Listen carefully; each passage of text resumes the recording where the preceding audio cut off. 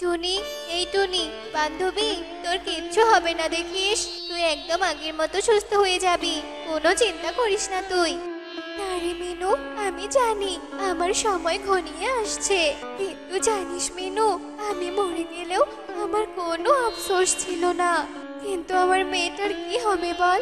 আমার মেয়েটাকে তো এখনো ভালো করে বিয়েই দিতে পারলাম না। আমার টুনটুন লম্বা বলে কেউ ওকে বিয়ে করতে চায় না। তুই কোনো চিন্তা করিস না তো, আমি তোর মেয়েকে আমার ছেলের বউ বানাবো। তবুও এবার তুই চুপ কর, চুপ কর তুই। তুই সত্যি বলছিস মিনু? তুই আমার মেয়েকে বৌমা বানাবি? ভালোই হলো রে, এবার তো মনে হয় আমি মরেও শান্তি পাবো। এসব বলে টুনি জোরে জোরে শ্বাস নিতে থাকে আর কিছু একটা বলার চেষ্টা করে, কিন্তু তার আগেই টুনি সেখানেই মারা যায়। মা, ও মা, তুমি আমাকে রেখে চলে গেলে মা। এবার আমি একা একা কার কাছে থাকবো? মা, ও মা, ওঠো না মা। হে ঈশ্বর, সবার মা বেঁচে থাকলো, শুধু আমার মা চলে গেল। কাঁদিস না রে মা। তোর মা নেই তো কি হয়েছে, আমি তো আছি। আজ থেকে আমি তোকে মায়ের মতো আদর দেব। এরপর তারা দুজন মিলে টুনির সৎকার করায় আর টুনটুনকে সাথে করে মিনু টুনটুনি তার বাড়িতে নিয়ে যায়। মা, এসব আপনি কি বলছেন? এই এত লম্বা একটা মেয়ের সাথে রকিকে মানাবে নাকি? হ্যাঁ, কি বিশ্রী লম্বা, দেখে তো মনে হয় কোনো পর্বত শৃঙ্গ। ছি ছি ছি, আর আপনি রকিকে না জানিয়ে বিয়ের জন্য হ্যাঁ বলে দিলেন। রকি এটা কখনো মেনে নেবে না। এর থেকে আমার বোন কাবলি কত ভালো ছিল। এই যে তোমরা কাকলিকে দেখতে পাচ্ছ, ইনি হলো মিনু টুনটুনের বড় ছেলের বউ। কাকলির অনেক দিনের ইচ্ছে ছিল মিনু টুনটুনের ছোট ছেলের সাথে তার বোন কাবলির বিয়ে দেবে। বাবা রকি, আমি তোর সাথে টুনটুনের বিয়ে ঠিক করেছি। আগামী শুক্রবার তোর আর টুনটুনের বিয়ে, বুঝেছিস? এসব তুমি কি বলছো মা? আমাকে তুমি না জানিয়ে এত বড় একটা সিদ্ধান্ত নিতে পারলে? আমি এই লম্বা মেয়েকে কিছুতেই বিয়ে করতে পারবো না, বুঝেছো? ওকে বিয়ে করলে সবাই আমাকে নিয়ে হাসাহাসি করবে। টুনটুন অনেক ভালো একটা মেয়ে রকি, আমি চাই ওর সাথেই তোর বিয়ে হোক। আর তুই যদি আমার কথা না শুনিস তবে তুই আমার মরামুখ দেখবি, বুঝেছিস? মায়ের এমন কথা শুনে রকি টোনা বাধ্য হয়ে এই বিয়েতে রাজি হয়, কিন্তু মনে মনে একদমই টুনটুনকে মেনে নেয় না। এভাবে দেখতে দেখতে বিয়ের দিনও চলে আসে। টুনটুন আর রকির বিয়েতে মিনু টুনটুনের বন্ধু ও সব পাখিরা সেখানে আসে। কিরে রকি, তোর বউ তো অনেক লম্বা রে, একেবারে মাউন্ট এভারেস্ট। তোর বউ তো একেবারে লম্বা হয়ে গেছে, ভালোই হয়েছে। তোর বউকে তো তোর পাশে একেবারে চারা গাছ মনে হবে, আর তাল গাছের সাথে সাথে লেবু গাছ। এসব কথা বলে মিঠু তোতারা যখন হাসাহাসি করছিল, তখনই রকি ভীষণ রেগে যায় আর রকি টোনা সেখান থেকে রাগ করে চলে যায়। কি গো মিনু দিদি, তোমার ছেলেটা পড়াশোনায় এত ভালো, কত ভালো চাকরি করে, আর তুমি কি না এত লম্বা মেয়ের সাথে তোমার ছেলের বিয়ে দিলে? ছি ছি ছি ছি ছি ছি, তবে ভালোই হয়েছে। এখন আর তোমাদের ময়ের দরকার হবে না। উঁচুতে কিছু পারতে চাইলে তোমার বৌমার ঘাড়ে পা দিয়ে সেটা পারতে পারবে। আমার যে এসব ভেবে কি ভালো লাগছে, অনেক হাসিও পাচ্ছে জানো। তোমরা যে কি করো না, ছেলেটার জীবনটাই নষ্ট করে দিচ্ছ। এভাবে বনের পাখিরা নানান ধরনের কথা বলে অনেক হাসাহাসি শুরু করে। এভাবেই সেই দিনটা কেটে যায়। কাকিমা, কাকিমা, তুমি অনেক ভালো। তুমি আমাকে কত মজার মজার গল্প শোনাও। আমার তো গল্প শুনতে খুব ভালো লাগে। তুমি আমার মিষ্টি কাকিমা। তাই নাকি কুহু সোনা?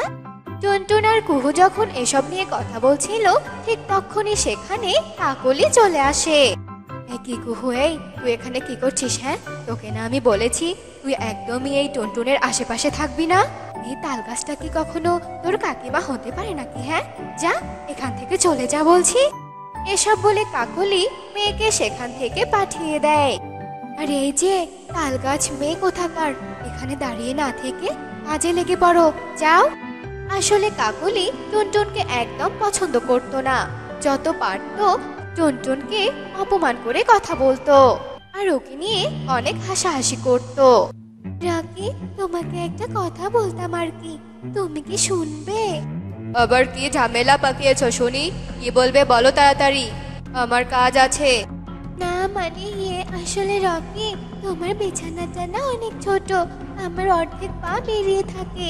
তাই বলছি কি, তোমার বিছানাটা যদি আর একটু লম্বা হতো তাহলে আমি ঘুমিয়ে শান্তি পেতাম। শোনো টুনটুন, আমার বিছানাটা মোটেও ছোট নয়, বুঝেছো? তুমিই লম্বা। তাই এখানে এত কথা বলো না তো, চুপচাপ চলে যাও। তোমাকে বিয়ে করে তো আমার জীবনটা একদম শেষ হয়ে গেছে, সবার হাসির পাত্র হয়ে গেছি আমি। কেন যে তোমাকে বিয়ে করলাম? তোমার মাই এর জন্য দায়ী। তোমার মায়ের জন্যই আমি তোমাকে বিয়ে করেছি, বুঝেছো? টুনটুন এসব কথা শুনে ভীষণ কষ্ট পায় আর বাইরে এসে বসে থাকে। অন্যদিকে টুনটুন দেখে কুহু কাকলিকে নিয়ে বাইরে চলে এসেছে।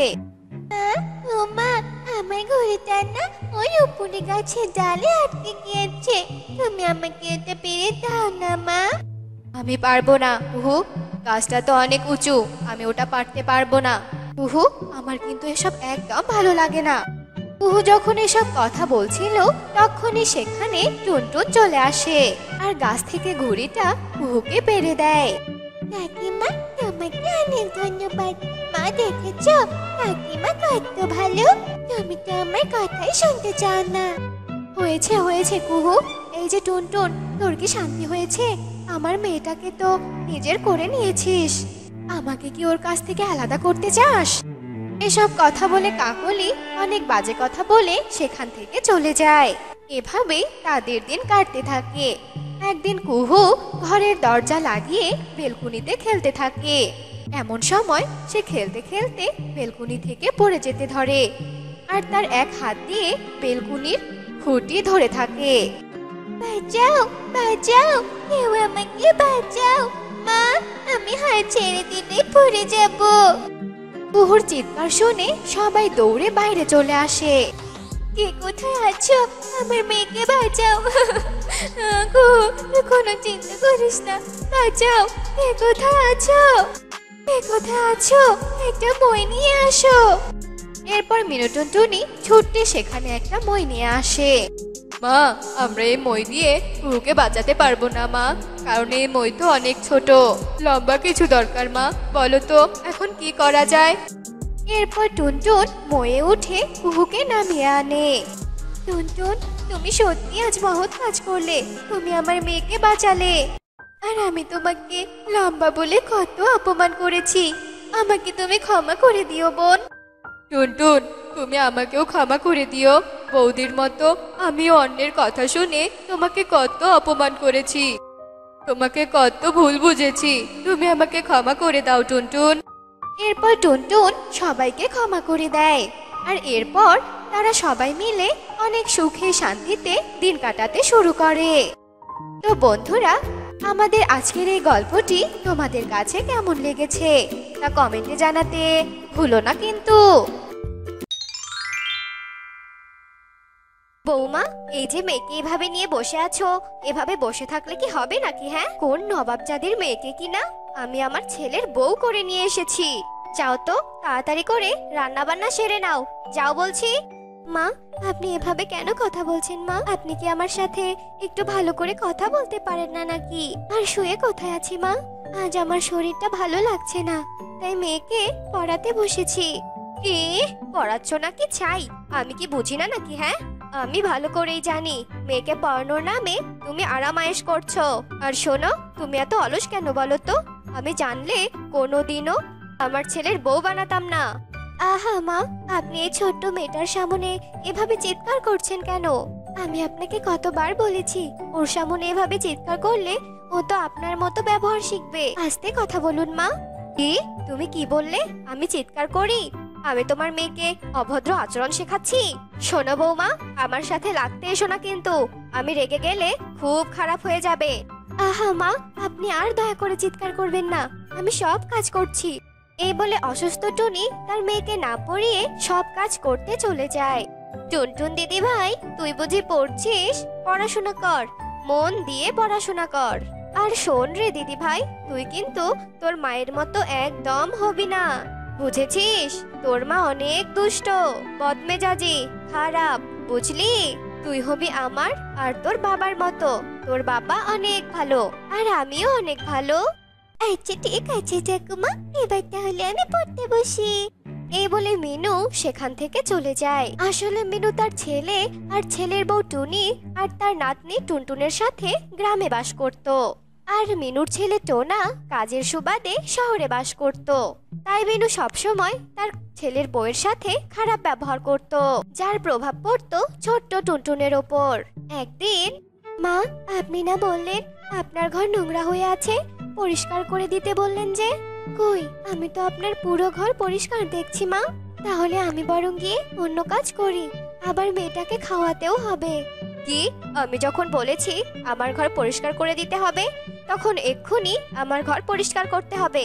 দাঁড়া, ও ঘর পরিষ্কার আছে, তাহলে এক্ষুনি আমি অপরিষ্কার করে দিচ্ছি। এই বলে মিনু অনেকগুলো বাদামের খোসা ছাড়িয়ে তা মেঝের মধ্যে ছিটিয়ে দেয় আর বলে, এই যে এবার আমার ঘরটা অপরিষ্কার হয়েছে, এগুলো পরিষ্কার করে দিয়ে তারপর রান্না উঠাবে। যাও। কি হলো? যাও, দাঁড়িয়ে আছো যে? কথা কি কানে যাচ্ছে না নাকি? ছি মা ছি, আপনি এত নিচ মনের, এটা আমি আগে জানতাম না মা। আপনি ইচ্ছে করে আমাকে দিয়ে কাজ করাচ্ছেন কেন বলুন তো মা? আমি কি বাইরের কেউ নাকি? আমি তো আপনার নিজের ছেলের বউ, তাই না? নিজের ছেলের বউয়ের সাথে কি কেউ এমনটা করে নাকি? কে ছেলের বউ? হ্যাঁ শোনো, যেদিন তুমি এ বাড়ির বউ হিসেবে এসেছো সেদিন থেকে আমি তোমাকে অপছন্দ করি।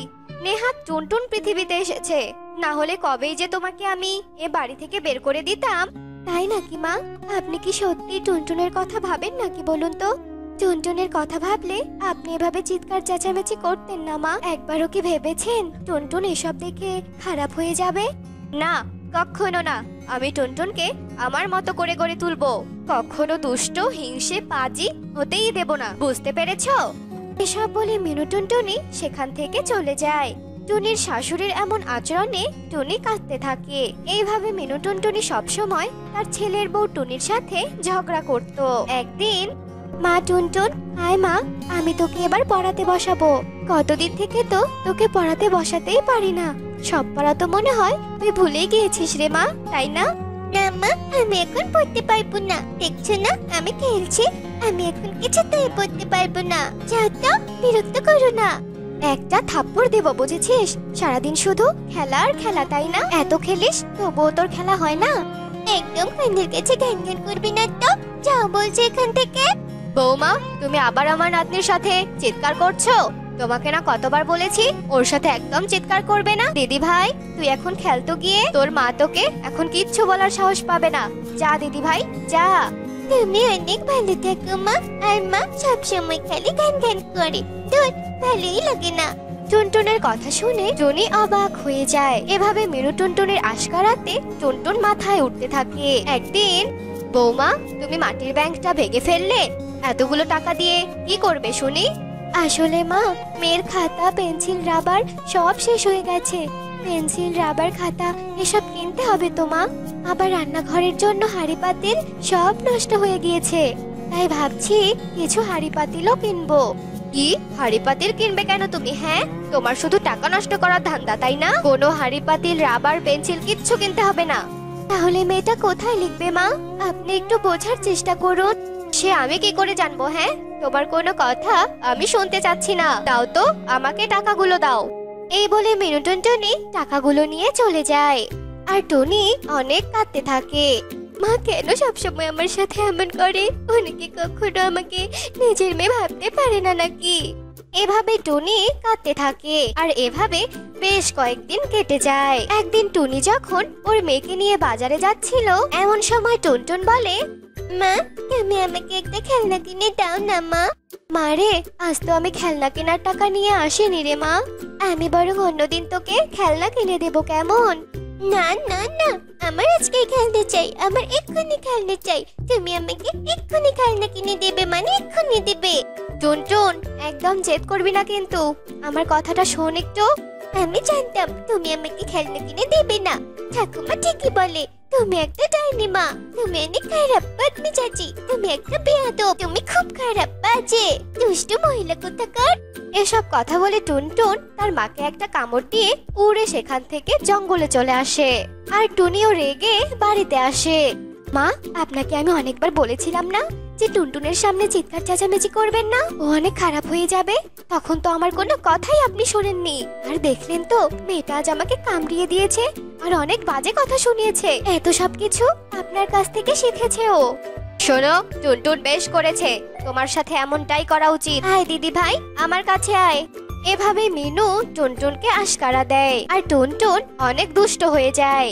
আজ এর ক্ষতি করে তো কাল ওর ক্ষতি করে, আবার বাজে বাজে কথাও বলে। এভাবেই দিন কাটছিল। কই গো মিনু মাসি, হ্যাঁ কোথায়? তোমার নাতনিকে কি ভালো শিক্ষা দাওনি নাকি? জানো, আজ আমার ঘরের মিষ্টি চুরি করতে গিয়ে ধরা পড়েছে আর আমার হাতে কামড় দিয়ে পালিয়েছে। এতটুকু বাচ্চা ভালো শিক্ষা না পেয়ে কি পেয়েছে? হ্যাঁ, ছি ছি ছি, এগুলো শিক্ষা দাও বুঝি? দেখেছেন মা, দেখেছেন আমাদের বাড়ির ঝগড়া দেখে টুনটুন আজ কেমন হয়েছে দেখেছেন? আজও অন্যের খারাপ করেছে।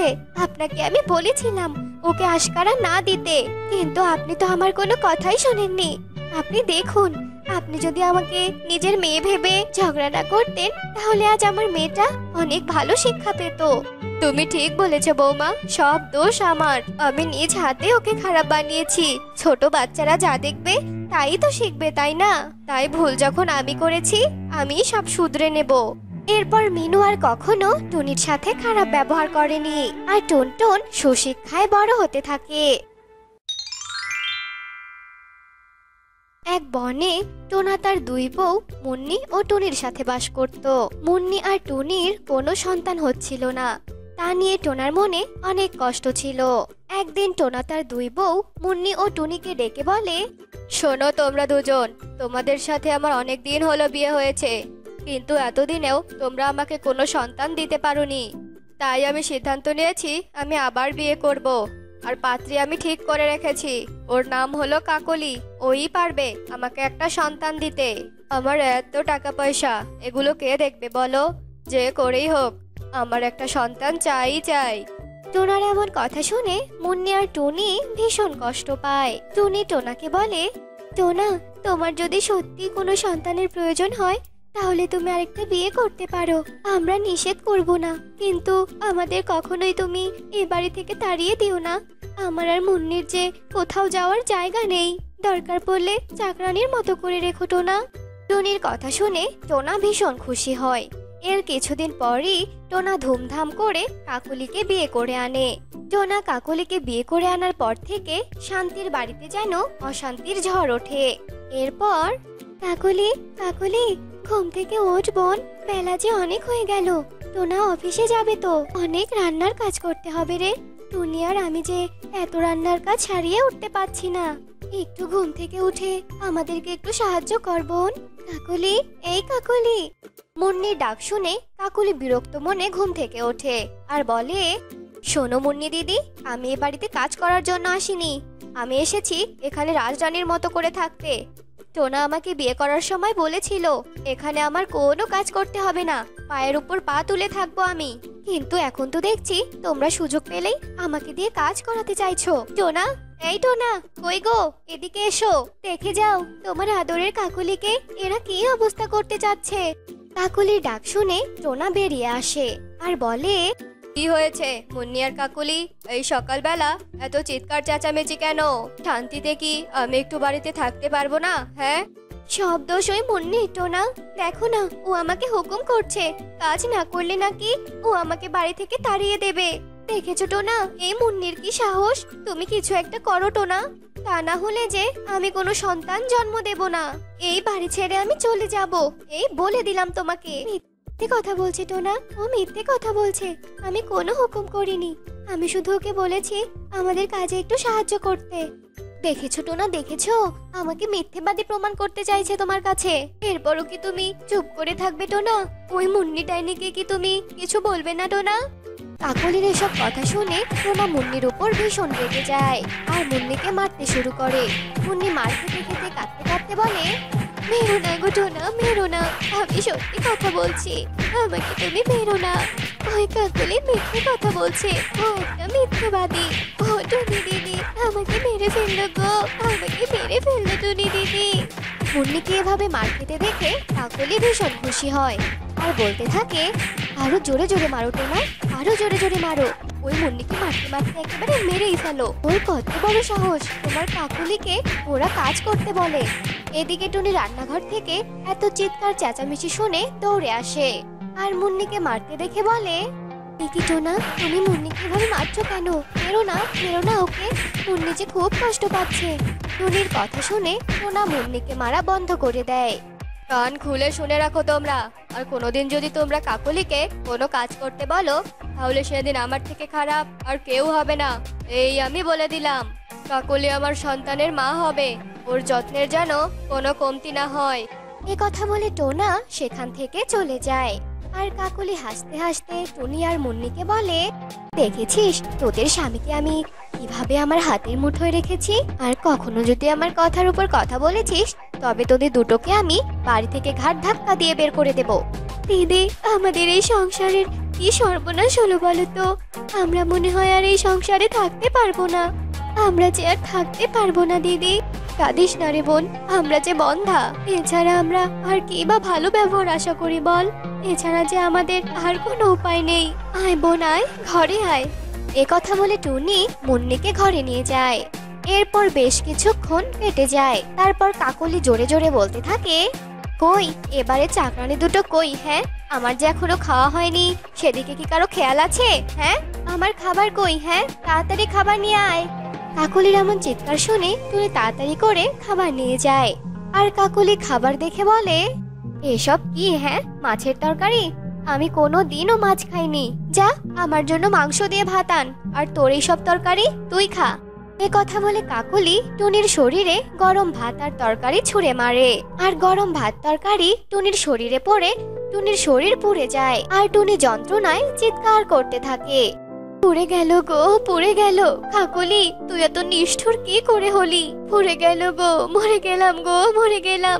কে কোথায় আছো? জল দাও, বাঁচাও আমাকে, বাঁচাও। কিন্তু কাকলি টুনিকে কোনো সাহায্য করে না, বরং সেখান থেকে বেরিয়ে যায়।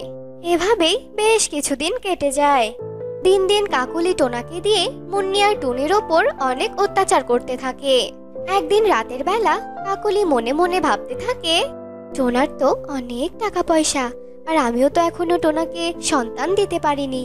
যদি টোনা ওর বউকে আবার আগের মতো ভালোবাসে তবে তো আমার উপর করা অন্যায়ের প্রতিশোধ নেবে ওরা, আমাকে ওরা বাড়ি থেকে বের করে দেবে। না, কিছুতেই আমি এ বাড়ি ছেড়ে কোথাও যাব না। মুন্নি আর টুনির কিছু একটা ব্যবস্থা করতেই হবে। কি করি পেয়েছি। এরপর কাকলি ঘুমিয়ে পড়ে আর সকাল হতেই কাকলি পেট চেপে ধরে কান্না করতে থাকে আর বলতে থাকে, টোনা ও টোনা কোথায় আছো গো? মরে গেলাম রে, মরে গেলাম। মুন্নি টুনি কোথায় তোমরা? বাঁচা আমাকে, আমার পেটে যে ভীষণ ব্যথা করছে। কাকলির এমন চিৎকার শুনে টোনা টুনি আর মুন্নি সেখানে দৌড়ে আসে আর টোনাকে দেখে কাকলি বলে, টোনা টোনা আমার যে সর্বনাশ হয়েছে টোনা, আমি যেন মা হতে না পারি এজন্য মুন্নি আর টুনি আমার পেটে লাথি মেরেছে টোনা, আমার যে প্রচন্ড কষ্ট হচ্ছে, আমাকে বাঁচাও টোনা। কাকলি তুমি এসব কি বলছো? ওরা দুজন এত বড় অন্যায় করেছে তোমার সাথে? ওদের এত বড় সাহস আমার কাকলিকে ওরা হিংসে করে?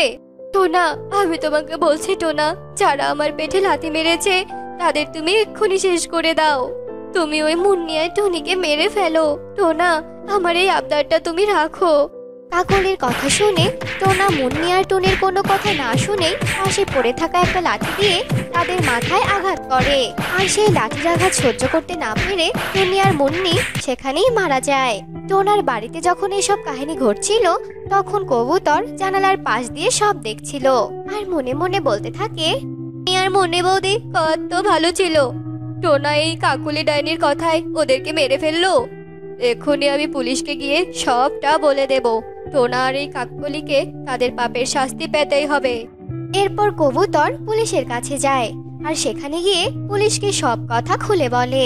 আর সঙ্গে সঙ্গে পুলিশ তাদের বাড়িতে আসে। আর পুলিশ যখন বাড়িতে আসে তখন দেখে টোনা আর কাকলি টুনি আর মুন্নির লাশ সরাতে ব্যস্ত।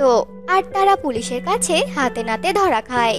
আর পুলিশকে দেখে টোনা বলে ওঠে, পুলিশ বাবু, আমাকে মাফ করে দিন পুলিশ বাবু, আমার ভুল হয়েছে। আমি ছোট বউয়ের আবদার রাখতে গিয়ে আমার দুই বউকে মেরে ফেলেছি। আমি ভুল করেছি পুলিশ বাবু, ক্ষমা করে দিন। এটাকে ভুল বলে না, এটাকে অন্যায় বলে। তোদের দুজনের এখন কঠিন সাজা হবে, চল থানায়। এই কথা বলে পুলিশ কাকুলি আর টোনাকে থানায় ধরে নিয়ে যায় আর তাদের অন্যায়ের জন্য কঠিন সাজা দেয়।